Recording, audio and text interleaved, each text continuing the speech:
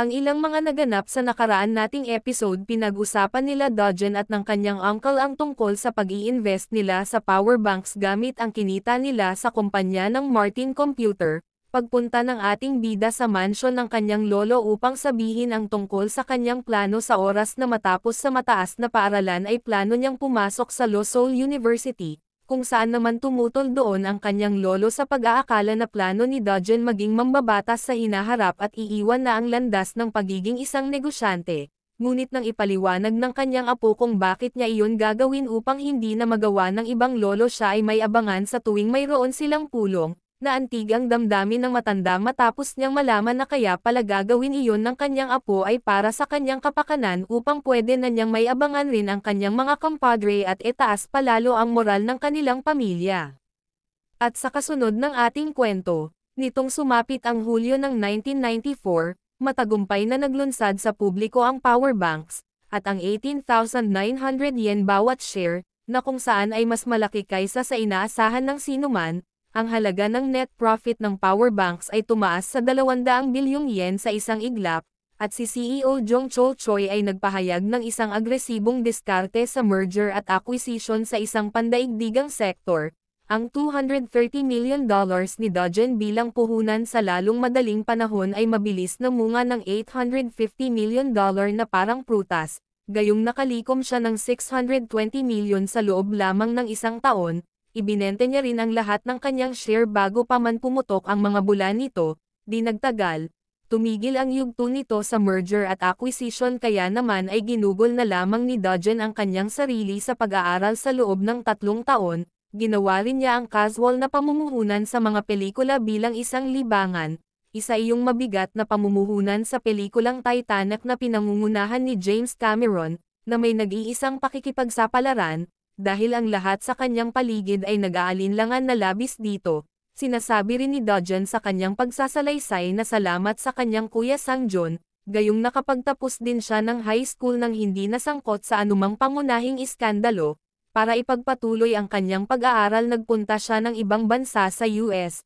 dahil ang kanyang mga marka sa College Scholastic Ability Test, gayong hindi masyadong naghihikayat na kumita sa kanya ng isang pagpasok sa isang disenteng kolehiyo sa loob ng bansa, ngunit sa pag-aaral ni Sang Jun sa ibang bansa, may duda si Dogen na magagawa ng kanyang kuya na magtagumpay sa kanyang akademiko, kung malayo siya dito sa kanilang tinubuang bayan, subalit wala daw naman sa sinuman sa maharlikang pamilya ng Sunyang ay may mataas na inaasahan sa kanya kahit papaano, kaya marahil iyon ay nagbigay sa kanya ng kaganhawahan, na hindi siya nahirapang tanggapin ng pamilya na balak niyang pumasok sa isang school na nais niyang puntahan, kahit pa ito ay sa isang paaralan ng musika, nang walang sinumang nagtataas ng mga pagtutol, dahil ang lahat ng mga mata sa loob ng Sunyang ay nakatutok na kay Dogen, dahil siya na lamang ang nag-iisang high schooler na naiwan sa loob ng royal family. Nagtataka rin silang lahat kung magagawa ng ating bida na maging unang spoiled brat na nasa sa pamilya ng mga may-ari ng konglomerya,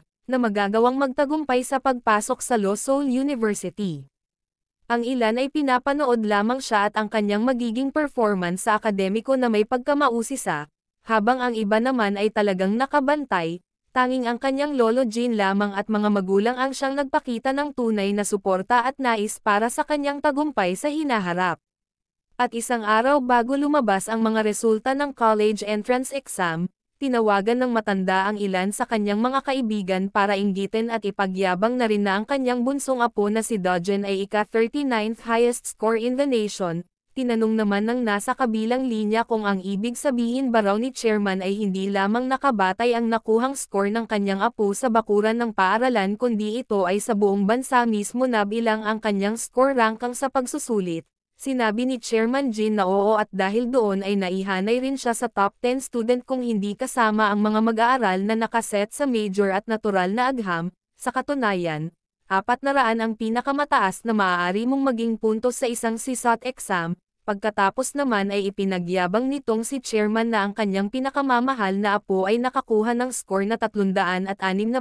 na puntos nang paulit-ulit niya itong sinasabi sa paisa-isang numero upang mas maintindihan ng kanyang kausap, at idinagdag rin nito na 6 na puntos lamang ang naging kalamangan sa nag-first place, na kung saan raw ito ay isang marginal na marahil ay napagpasyahan ng kanilang mga kondisyon sa araw ng pagsusulit. Kasabay nga nito natanggap ni Chairman Jin ang college entrance exam evaluation bago ilabas ng school sa publiko ang resultang ito nationwide. Kaya naman sa araw din na ito ay nagmala call center agent ang matanda upang ipagmalaki sa kanyang mga mayayamang kaibigan na lolo. Sa punto nga na ito ay sinasabi ng chairman na karapat-dapat lamang niyang marinig ang mga tao na sabihing medyo or higit na may talino kang tao kung magagawa mong makapasok sa law school university. Wika pa nito na ang aking apo ba ay sapat para sa kanya na pumasok lamang sa university na ito o dapat siyang pumunta sa Harvard o Oxford. Makalipas ang ilang oras hindi pa rin natatapos ang matanda sa pagiging call center agent at tinawagan niya ang iba nitong kaakibat.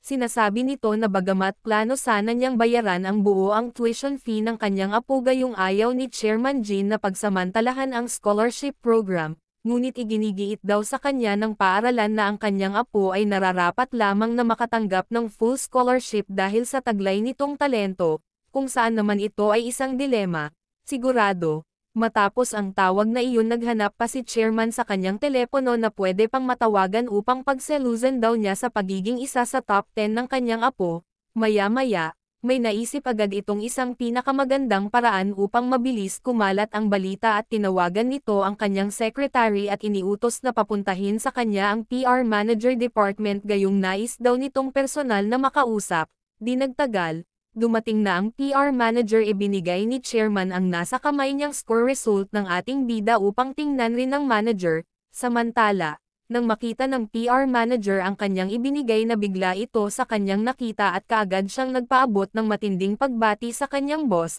Sa kabila naman ay sinabihan siya ng chairman na huwag na masyadong maging formalidad dahil mayroon siyang ipapagawang trabaho dito. Pinag-utos niya sa PR manager na sadyaing ipakalat ang impormasyong ito sa tulong ng mga reporter at maglunsad rin kaagad ng interview at kumuha na rin ng larawan ni Dodgen. Nalilito ang manager sa utos na iyon ng chairman at gayong ito ay nagtataka. Sinabi ng kanyang boss na dapat ko bang baybayin ang lahat para sa'yo, alam mo naman marahil kung ano ang iisipin ng iba tungkol dito. Sasabihin nila na marahil ay nakuha lamang iyon ni Dodgen ang gayong tagumpay sa isang prestihiyosong universidad sa pamamagitan ng isang malilim na mga deal sa likod ng pinto, dahil nga siya ang aking apo.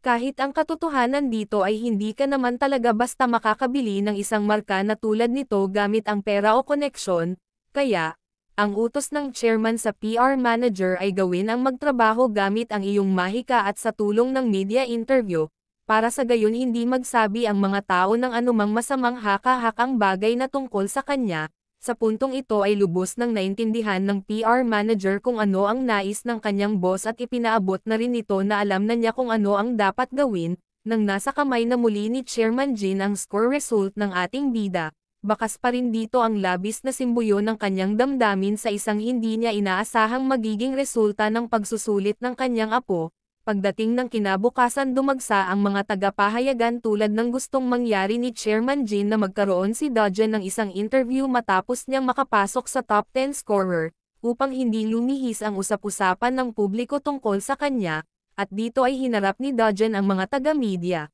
Ipinaliwanag niyang kumuha siya ng mga private lesson, at ang mga private lesson na iyon ginawa sa loob ng buong taon mula sa pinakamahusay na mga tutor dito. Nasabi niya sigurado akong mabigat na halaga ang naging gastos dito ng aking mga magulang, at siguro iyon ay 10 taon nilang ipon mula sa kanilang naging sweldo upang ma-set up lamang ang mga ito. Samantala, habang kausap niya ang mga reporters, dito naman sa kabilang banda ay tila nababahala si Mr. Yoon-gi kung ano ang mga susunod na sasabihin ng kanyang anak, habang ang kanyang asawa naman ay may blanko na reaksyon. Napansin ni Dodgen na tila hindi na komportable ang kanyang mga magulang, kaya naman, umisip siya kaagad ng isang statement na hindi magpapababa ng moral ng kanilang pamilya, at sinabi niya sa mga manunulat na bakit, mangyaring huwag sabihin sa akin na sa palagay mo ang apo ng pinakamayamang tao sa bansa ay kulang sa gayong mga resources. Mabilis na tugon ng isang manunulat na hindi naman daw nila iyon iniisip. Sa panig ng mga manunulat tinanong ng isa kung sino ba daw ang nanguna sa CSAT o College Scholastic Test, sumagot ang isa na sa kanyang nalaman iyon daw ay nasa Jeju Island, nang marinig ni Rich Boy ang kanilang pag-uusap na iyon. Sarkastiko niyang sinabihan ang mga manunulat na kayo ay maaari nang magpunta sa mag-aaral na iyon na nasa sa Jeju Island upang magkaroon kayo doon ng interview. Sumulat lamang kayo ng isang article tungkol sa akin sa paraang nais nitong aking lolo, at sa kanyang naging pahayag na iyon ang mga beerang mga reporters ay napaihim na lamang, at mas lalo pa ang mga ito nahiya sa sarili. Matapos banggitin ng ating rich boy na malamang kaya napunta ka lamang dito dahil ang pakikipag-usap sa akin dito ngayon ay may kapalit ito sa iyo ng ilang uri ng pag-sponsor. Tahasan din niyang sinabi sa mga manunulat na sigurado rin ako na ang bagay na ito ang nais marinig ng aking lolo, na ako ay nag-aral ng maigi mula sa school textbook, sa kaunting tulong mula sa mga sanggunian na libro at iba pa, at habang nababagabag na ang mga reporters sa sinabing iyon ni Rich Boy, sa kabila naman itong kanyang mga magulang lalo na ang kanyang tatay ay halos matawa sa sinapit ng mga manunulat sa kanyang anak at itong kanyang misis na nasa kanyang gilid na bahala sa pagiging walang disiplina ng kanilang anak sa harap ng mga matatanda.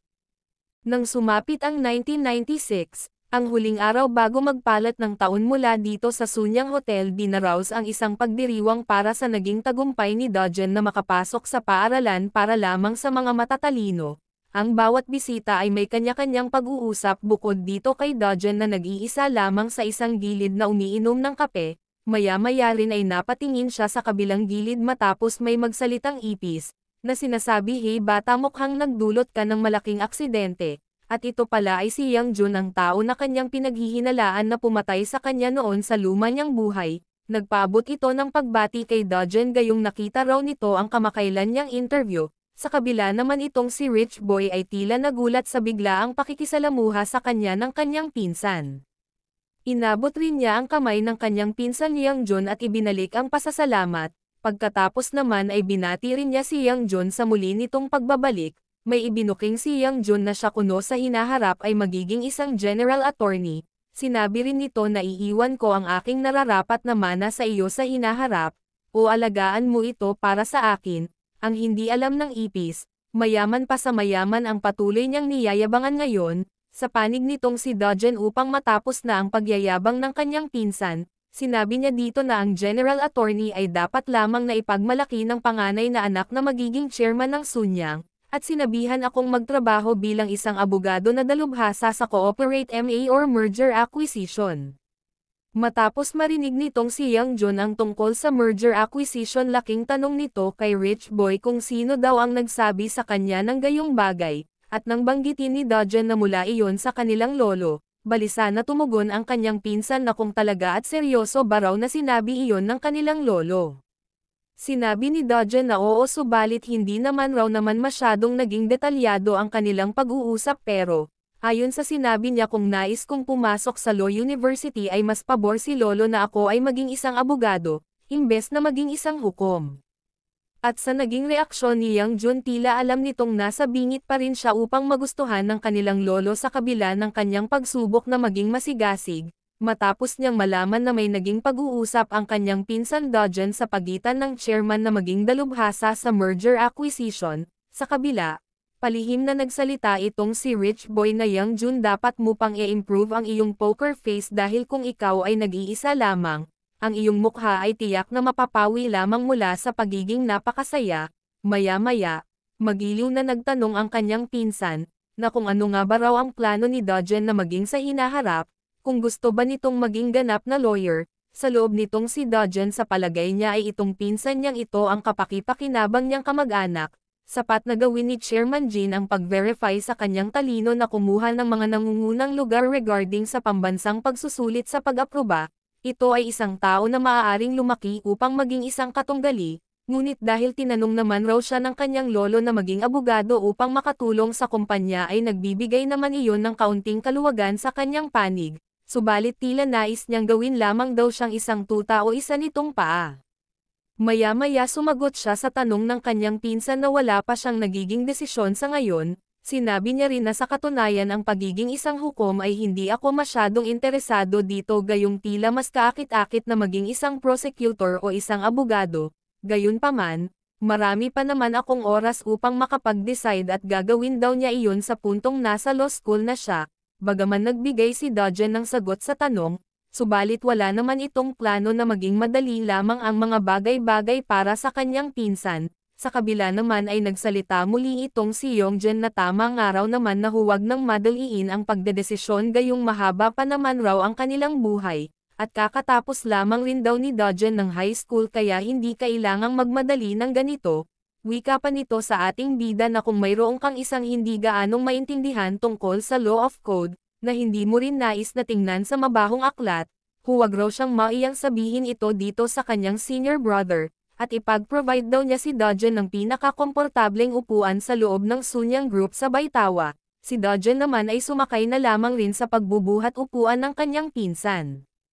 Na-impressed rin ito sa kanyang pinsan, gayong alam na niya kung paano panatilihin ang kanyang emosyon na nilalaman at nagagawa na rin magbiro sa paligid ng ganon. Siguro raw ito ay resulta ng oras na kanyang iginugol sa ibang bansa na nakatulong sa kanya sa wakas ay mag-mature kahit paano. Sa panig nitong ipis, sinabihan niya si Dojin na sigurado daw ito na gumugol si Rich Boy ng maraming oras na nakatuon sa mga pag-aaral at mga bagay-bagay, kaya sa palagay niya dapat lamang na ipakita nito sa kanyang pinsan kung paano naman ang magsaya. Dagdag pa niya na marami pa sa buhay natin ang magbibigay kasiyahan kaysa sa pag-aaral at pagpunta sa magandang paaralan, at sa kanyang paanyaya na ituturo ko iyon sa iyo ngayong gabi. Sumang-ayon dito si Dojin bilang pakikasama na rin. Ngunit matapos niyang tumugon na bigla ito sa sumunod na kilos ni Yang Jun gayong hin-A+ siya ng ipis sa likod kung saan lumalabas na tila nais ipabatid na mas malakas siya dito. Matapos noon ay umalis na ito pagkatapos ng kanilang pag-uusap, at ito namang si Dojin sinabi sa sarili na gawin na raw ng kanyang pinsan ang magsaya ngayon hanggat mayroon pa siyang mga resources. Sapagkat nalalapit na ang pagwawakas upang makita ang ngiti sa kanyang mukha maglaon. Natigil rin ang kanyang mga pag-iisip ng kung ano, matapos na may magsalita sa kabilang bahagi na baka naman pwedeng mag-usap upang ibahagi ang mga lihim sa likod ng iyong tagumpay sa akademiko. Paglingon niya dito, nakita niya ang kanyang tiya at tiyo. Malugod na nagpaabot pagbati ang kanyang tiya sa kanyang naging tagumpay sa pag-aaral at biro niya kalahati lamang raw ang naging talino ng kanyang mga anak kumpara dito kay Dojin. Sinabi naman ng kanyang tiyo na pinarangalan akong magkaroon ng isang matalinong pamangkin tulad mo na sumusunod sa aking mga landas, at kung mayroon kang anumang mga katanungan habang nag-aaral, huwag kang mag-atubiling makipag-ugnay sa akin dahil tutulungan kita sa abot ng aking makakaya. Samantala, sa sinabing iyon ng kanyang tiyo, sinalungat iyon ng kanyang tiya at tinanong ang kanyang mister na anong ibig mong sabihing sumusunod siya sa iyong landas, ni hindi ka nga nakapasok sa Seoul University diba? Tugon ng kanyang asawa, hindi ko naman sinasabing ito ay tungkol sa kolehiyo, kundi ito ay about sa pagiging isang prosecutor. Kaugnay nito, kinausap siya ng kanyang tiya na yamang nag-alok na rin din naman raw ang kanyang favorite uncle bakit hindi daw kunin ito ni Dojin na isang magandang pagkakataon na gawin niyang tutor itong kanyang tiyo, dahil wala na rin daw siyang gagawin ngayon matapos matalo sa halalan. Sa kabila naman naalala ni Rich Boy na oo nga raw pala, natalo nga pala itong kanyang uncle sa pagtakbo niya bilang kongresista nitong April. Gayong na-underestimate niya ang kanyang katanyagan at hindi nakinig sa payo ni Lolo na tumakbo sa Suwon sa halip na tumakbo sa Seoul. Sa kasamaang palad pinunduhan iyon ng kanyang tiya gamit ang pera ng department store nang hindi nagsasabi kay Lolo, ngunit sa huli, hindi rin nila iyon napakinabangan. Tinanong ni Dojin ang kanyang tiyo kung plano pa nitong tumakbo muli sa susunod na halalan. Sa kabila ay masigasig na tumugon ang kanyang tiyo na oo naman raw dahil hindi dito basta matatapos ang kanyang karera sa politika, kung saan sa maglaon raw tiyak na mapapasa kamay din niya ang ikatlong pwesto sa gabinete. Habang nakangisi lamang itong si Rich Boy, muli nagsalita ang kanyang tiyo na speaking of the which Dojin, alam mo na ang iyong lolo ay nasa mabuting kalagayan salamat sa iyo, at habang sinasabi nito ang tungkol sa susunod na halalan, sa kabila ay bigla na lamang sumabat si Dojin kaya siya ay nahinto sa kanyang pagsasalita, nagtaka ito nang banggitin ng ating bida sa kanya na siya na mismo ang magtatanong nito sa kanyang lolo. Sinabi rin ni Dojin na magiging masaya ako na makita kang magwagi ka sa pagpasok mo sa gobyerno, at kahit medyo mahirap susubukan kong tanungin si lolo na suportahan ka sa iyong magiging eleksyon campaign. Sa pangako niyang iyon ay nabuhayan ng loob ang kanyang tiyo pati na rin ang kanyang auntie Soyon ay nagpaabot ng matinding pasasalamat sa ating bida. Subalit sa likod ng isip ni Dojen kaya niya ito ginawa upang subukang masecure ang kanilang katapatan sa kanya sa oras na magawa niya itong matulungan. Kaugnay sa kanilang usapan, ayon dito kung tumanggi si Lolo upang pandohan ang iyong kampanya, hindi bababa sa pahintulutan akong tulungan ka. At susubukan ko rin itong patagin ang daan at gawin itong aspalto para sa iyo kahit ano pa daw ang mangyari. Ngunit dahil sa hindi biro ang kinakailangang halaga upang pumasok sa gobyerno tinanong siya ng kanyang tiyo kung saan ito kukuha ng pondo kung sakaling tumanggi nga ang chairman. Sagot lang ni Dojen kung nalimutan na daw nila na noong siya ay isa pa lamang bata ay nagkaroon na siya ng ilang ektarya ng lupa na nasa sa bandang, ipinaliwanag niyang ibinenta ko iyon, at iniwan ang pera sa aking saving account mula noon kaya tiyak daw sa oras na ito, siguradong mabigat na ang halaga ng naging interest ng kanyang pera na iyon. Habang natulala itong kanyang uncle, matapos nitong malaman na handang ibigay sa kanya ng kanyang pamangkin ang tinubo ng kanyang pera na nakatago sa bangko, sa panig naman nitong si Dojen isa rin sa mabuti para sa kanya na manalo sa kongreso ang kanyang tiyo, gayong kung magiging congressman or senador daw itong kanyang tiyo. At dahil nga sa gagawin niyang pagsuporta dito, balang araw, kakailanganin din daw niya ang kanyang magiging pagsuporta. Maya-maya, halos lubos na magulat si Dojen nang yumanig ang kanyang buong katawan sa labis na pagpapasalamat sa kanya ng kanyang tiyo bukod pa dito ay halos mapaiyak na rin ito sa sobrang kasiyahan, matapos buksan ng kanyang pamangkin ang isang pinto, upang maipagpatuloy pa niya ang kanyang pinapangarap sa buhay ang makapasok sa pamahalaan. Makalipas ang ilang oras makikita ang isang kotse na tinatahak ang maluwag na kalsada at sa loob nito ay nakasakay dito si Dojen kasama ng kanyang pinsan. Tinanong niya ang kanyang pinsan kung saan ba sila magpupunta at sinabi ni Yongjan na sa isang lugar na mahusay, at ang kanilang paglabas na ito ay alam na rin daw ng kanyang tatay Yungi, dahil ipinagpaalam na rin nito na lalabas siya kasama itong kanyang anak at iinom ng magaan, kaya wala na daw dapat pang-isipin ngayon itong si Dojen. Mga ilang saglit pa ay lumiko na ang kotse at pumasok ito sa isang malawak na bakuran. Pagkababa ng dalawa tinanong ni Yongjan si Rich Boy kung tamang first time niyang makapunta dito at sinabi naman ni Dojen na oo. Ipinaliwanag ni Yongjan na ang bahay bakasyonan na ito ay madalas puntahan niya kasama ng kanyang mga kaibigan at lalaki na mga pinsan at ngayon na lamang daw muli siya nakapunta dito upang makapag-hangouts. Sinabi niya rin na kahit ang aking ama ay bihirang dumating dito, at kung sakali naman daw na kailangan ni Dojen ng isang mahusay na bakasyon ito ang lugar na karapat-dapat, gayong bukod sa talagang maganda ang lugar tahimik rin daw sa paligid nito.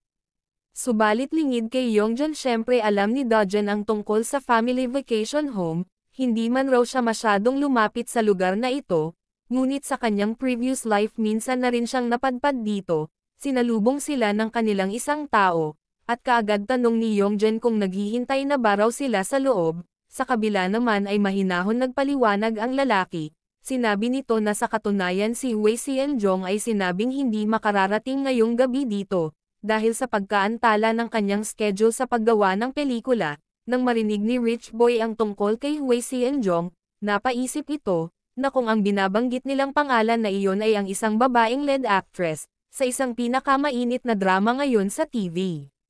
Maya-maya naman ay bigla natunaw ang kanyang mga iniisip matapos makarinig ng isang malakas na sampal at pagtingin niya sa panig ng dalawa nakita niya mismo kung paano magpakita ng masamang ugali ang kanyang pinsan sa walang habas nitong pananakit sa kanyang personal driver. Galit na galit si Yongjan sa puntong ito na sinabihan niya ang kanyang driver na isang tanga, gayong malinaw naman raw dito na ngayon ay isang espesyal na araw. At pagkatapos niyang masabi iyon sinipa niya ang lalaki sa sikmura ng walang anumang pagkabahala o kahit kahihiyan bilang isang tao. Habang iniinda ng lalaki ang sakit muli siyang pinagmumura ng kanyang amo at sinabihan pa siya nito na isa ka talagang walang silbi at wika pa nito sa kanyang tao na hindi ako makapaniwala na hindi mo magagawa ng ayos ang iyong trabaho. Sa kasamaang palad hindi pa pala doon iyon natatapos. Muli na naman tinadyakan ni Yongjan ang lalaki habang nakagulong sa lupa at habang sinasabihan ng mga masasakit na salita yun na nga lamang raw ang nag-iisa nitong trabaho na dalahin dito ang babaeng iyon ngunit hindi pa nagawa, dapat daw ay gumawa ito ng isang paraan kahit pahumantong sa kidnapong o puwersahin madala lamang siya dito. At sa panig naman nitong si Dojen sa sandaling ito ay may biglang sumagi sa kanyang isip na isa sa kanyang pangit na naging karanasan noon sa dating buhay. Balik dito sa kanyang pinsan na nag-aapoy pa rin sa galit, na habang patuloy niyang sinisipa ang lalaking walang kalaban-laban, sabay nito ay binanggit nito na ano sa palagay mo ang binabayaran namin sa iyo hindi ba't ikaw naman ay isang hitman, kaya dapat dinala mo siya dito sa kahit anong paraan. Samantala, hindi na kinaya ni Dojen ang ginagawa ng kanyang pinsan at bigla rin niyang minura si Yongjen kaya itong kumag ay natigil sa kanyang ginagawang kahangalan, at pagkatapos naman at matalas niyang tiningnan ang kanyang kumag na kamag-anak at maya-maya seryoso na nagsalita upang akitin si Yongjen, sinabi nito na akala ko ba ay nais mong ipagdiwang ang aking college acceptance ngayong gabi, ngayon, kung patuloy kang gagawa ng ganyang bagay, mas mainam ata na bumalik na lamang ako sa aming bahay. Sa sinabing iyon ng ating bida ay nakaramdam ng nervyos itong si Yongjen at hindi na rin nakapagsalita matapos noon habang ang kawawang Ginoo ay nakahalik pa rin sa lupa pagkatapos siyang saktan ng kanyang batang amo.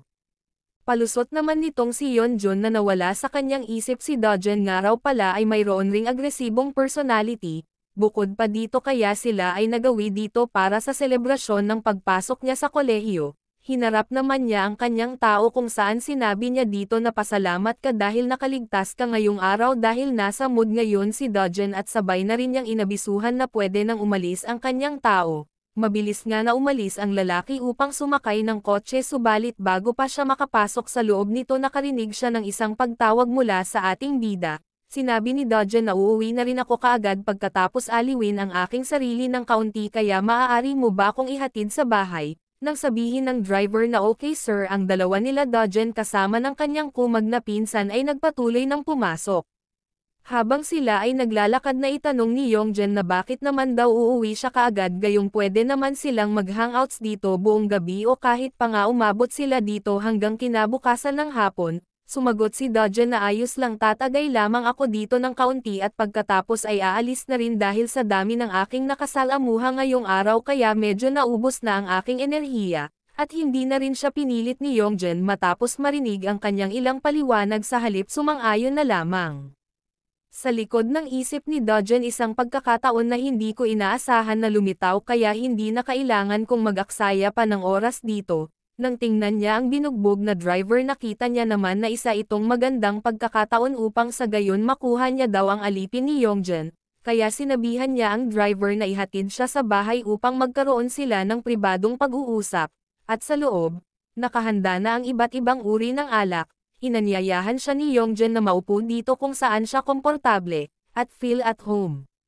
Bagamat maraming ang mga alak dito, subalit ayon sa kanyang pinsan na mainam na magsimula muna sila sa ilang mga mas mahina na inumin, tinanong niya rin si Dojen kung nakainom na ito ng beer noon, hindi man tumugon ang ating bida ukol sa tanong, ngunit matapos lagyan ng beer ni Yongjen ang wine glass, walang kahirap-hirap itong na one shot ni Rich Boy, matapos inumin ang tagay kinuha niya ang bote ng alak para bigyan din ng tagay ang kanyang pinsan. Sa kabila medyo nabigla si Yongjen gayong may kahusayan rin daw pala si Dojen sa harap ng inuman at alam din nito kung paano magbalik ng pabor, habang sinasalinan ni Dojen ang baso sabay nito ay kinausap niya ang kanyang pinsan kung maaaring magtanong ng ilang bagay yamang dalawa lamang rin naman sila na naririto, at nang sabihin ni Yongjen kung tungkol saan ang tanong ng ating bida. Sinabi ni Dojen na hindi ko talaga alam kung ako ay magiging isang hukom o isang abogado ng merger acquisition ngunit ano nga ba ang nakikita mo sa akin? Habang hindi pa rin nagbibigay ng pahayag si Yongjen si Dojen naman ay sinasabing dapat lamang na siya ay maging mausisa kung ano ang ibig sabihin ng tanong na ito. Ngunit kahit gaano pa daw iniisip ang tungkol dito ang makakaya lamang magawa dito ni Yongjen ay sa paniniwala na ang ating bida ay isa pa ring bata na nagsisikap na kumilos tulad ng isang may sapat na gulang. Hindi nga muna sumagot itong kanyang pinsan bagkus lumaklak muna pagkatapos ma-refresh, saka ito nagbigay ng kanyang pahayag na sa tabi ni Lolo ay nadoon si Lee Hak-jae, at ang aking ama ay mayroon ding dalawang tao na kasama niya na katulad ni Lee Hak-jae, ngunit Dojen, ang mga taong iyon ay mga estranghero lamang, Bukod sa atin na kabilang sa pamilya at kahit na tayo ay mga pinsan lamang, medyo malapit ito upang ituring natin ang isa't isa bilang magkakapatid. Samantala hindi maunawaan ni Rich Boy kung ano ang ibig sabihin ng kanyang pinsan, na bakit niya sinasabi ang salitang kapatid. Sa kabila, nagsalita si Yongjen ng oo tama kung ano ang kanyang nasabi, subalit nag-iwan lamang iyon ng tanong dito kay Dojen kung ano nga ba daw ang sinusubukan niyang sabihin. Nagkwento si Yongjen na kung mayroong isang bagay na natutunan ko habang sinusubukan kong matiis ang pamumuhay sa Europa, ang mga taong nagtatrabaho sa ilalim mo ay maaaring kumilos tulad ng mga ito ay matapat sa iyo, ngunit talagang hindi iyon ganon dahil ginagawa lamang nila ito para sa kanilang sariling interes. Sa loob-loob nitong si Dojen sabi ay kung makapagsalita ang ko mag-akala mo naman ay hindi siya kabilang doon. Bukod dito ang pagkakaroon ng mga isyo sa tiwala ay ang iyong problema kaya huwag sisihin ang iba para dito, at sa panig muli ng kanyang pinsan hindi ko talaga maintindihan kung saan sila nanggaling, bagaman inuupahan sila upang magtrabaho para sa akin, at binabayaran ko sila bilang kapalit, gayunpaman, ang mga brothers ay naiiba dahil ang mga kapatid ay may papel na ginagampanan sa pagbabahagi sa halip gawin ang give and take. Palihim nagsalita ang ating bida na marahil kung ang orihinal pa na si Jin Dojen ang naririto, maaaring maniwala siya sa mga salitang iyon, ngunit iba na dahil nandito na ako. Dahil ikaw ang nag-aalangan ng pagbabahagi ng labis at nagawa mo pang ipadala ang iyong biological na kapatid na si Jin Kyung-jun sa bilangguan.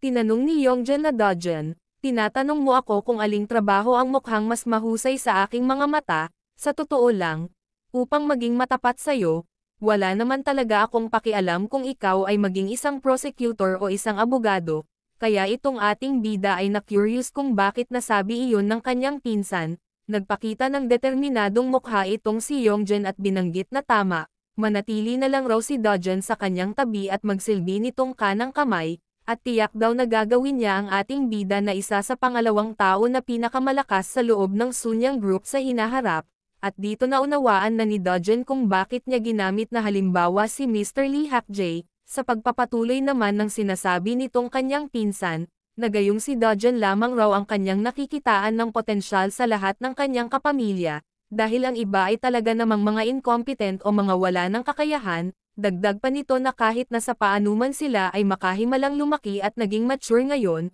hindi pa rin sila nagkaroon ng kung ano ang kinakailangan upang magpatakbo ng mga negosyo. Ngunit iba raw si Dojen kaya ang nais niya ay magamit ang magandang utak ng ating bida at magsilbi sa kanya bilang isang kanang kamay. Pansin ni Rich Boy na ang tao na ito ay medyo maingat sa kanya o tunay na sinusubukan niyang makahanap talaga ng isang maaasahang tao para gawin niyang kanang kamot.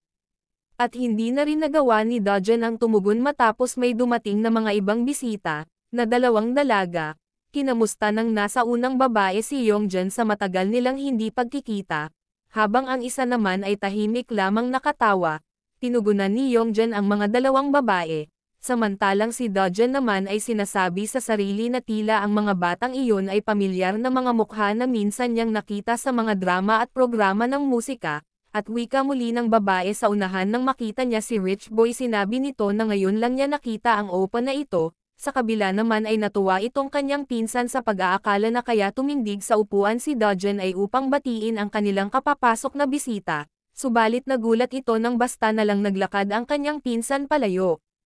Sinabi naman ni Dojen na kanina ay nabanggit na niya ang tungkol dito na hindi siya masyadong magtatagal dito gayong siya nga daw ay medyo naubos ang enerhiya. Sa unang pagkakataon ay nagsalita ang isang babae gayong hindi makapaniwala sa nangyari. Ngunit mas nagbigla pa ang dalaga nang hindi siya pansinin ni Dojen gayong bagkus tumugon sa kanyang tanong, ang kinausap nito ay ang kanyang pinsan Yongjen upang muling magpaalam, at dito, nabigla man sa pangyayari ngunit wala na rin nagawa si Yongjen kundi ang pahintulutan si Dojen na umalis at mag-usap na lamang daw uli sila sa susunod na pagkakataon.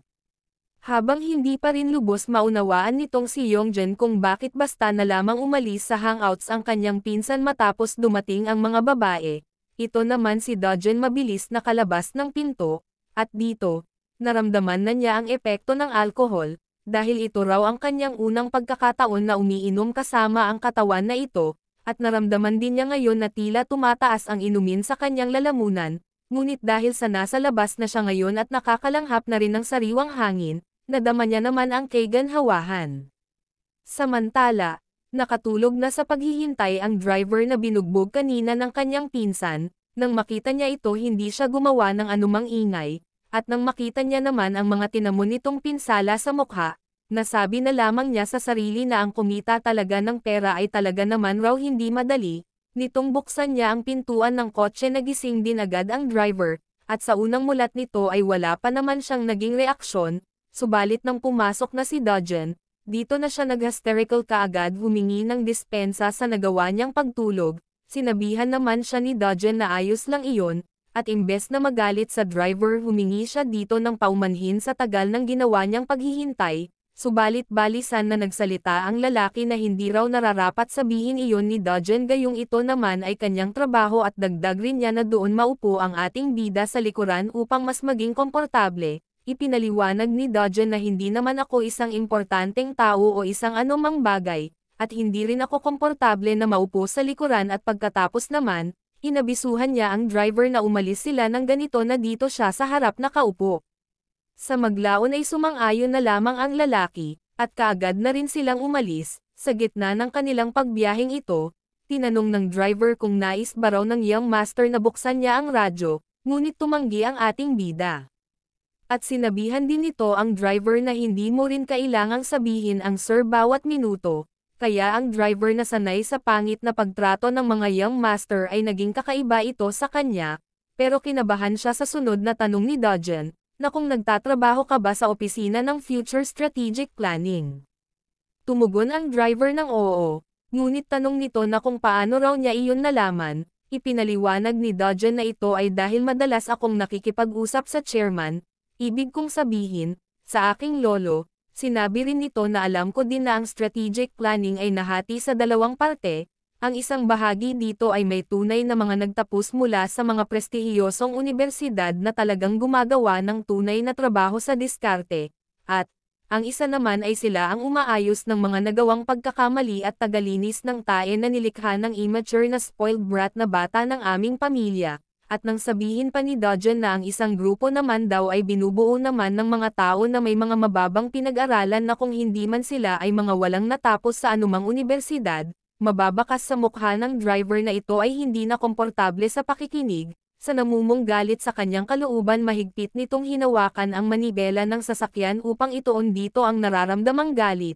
ngunit hindi pa rin doon natapos ang ginagawang panunuyan ni Dodgen sa driver gayong sinabi nito na marahil isa doon sa mababang uri ang kasama niyang Ginoo, tulad ng kanya raw ginagawang trabaho noon na isang cleaners ng pamilya.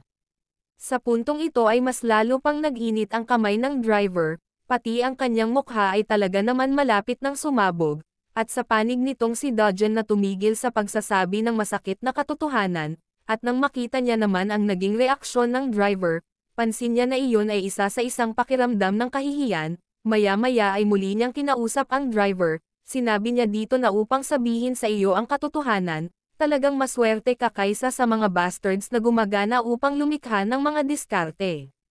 Bago pa man magulumihanan ang driver, binanggit ni Dodgen na isipin mo na lamang ito, ang aking lolo ay halos 80 taong gulang na sa kasalukuyan, kung saan ilang taon na lamang ang natitira sa kanya upang mabuhay.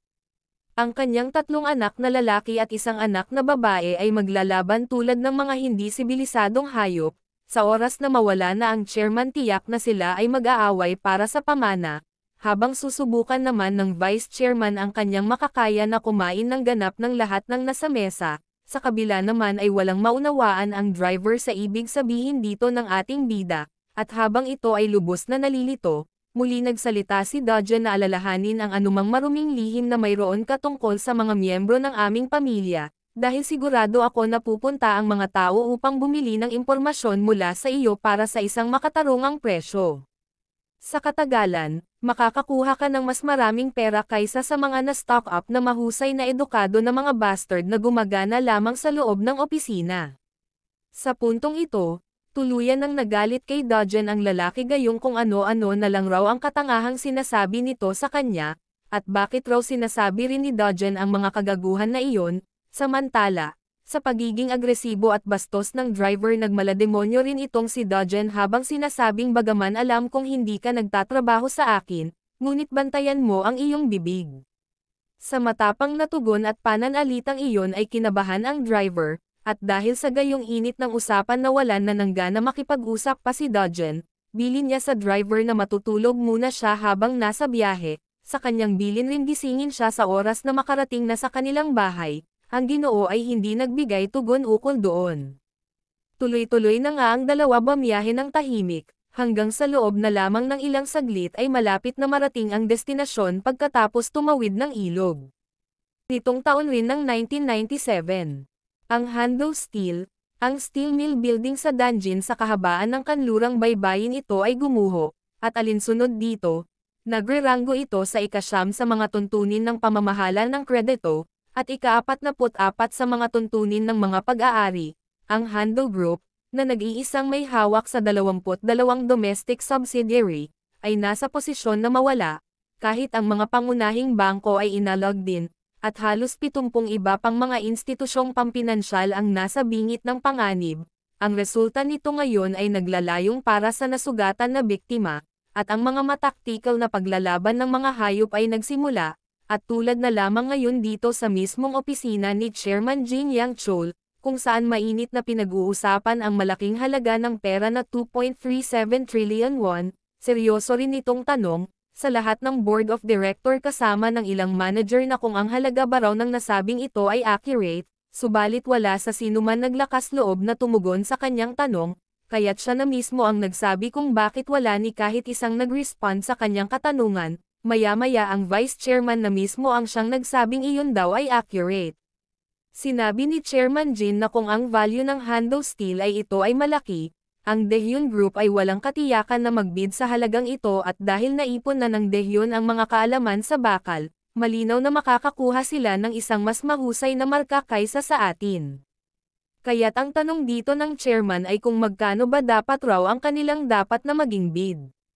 At gayong wala sa kahit sino sa board of director ang nagsasalita, tinawag ng matanda ang kanyang panganay na apo, tanong niya na manager Jin Yung-jun, ano ang iyong palagay ukol dito? Agad na sumagot si Yung-jun na 1.8 trillion won, tanong ng chairman na bakit, sumagot si Yung-jun na dahil ang halagang iyon ay ang maximum na maaaring maging alok ng Sunyang Group.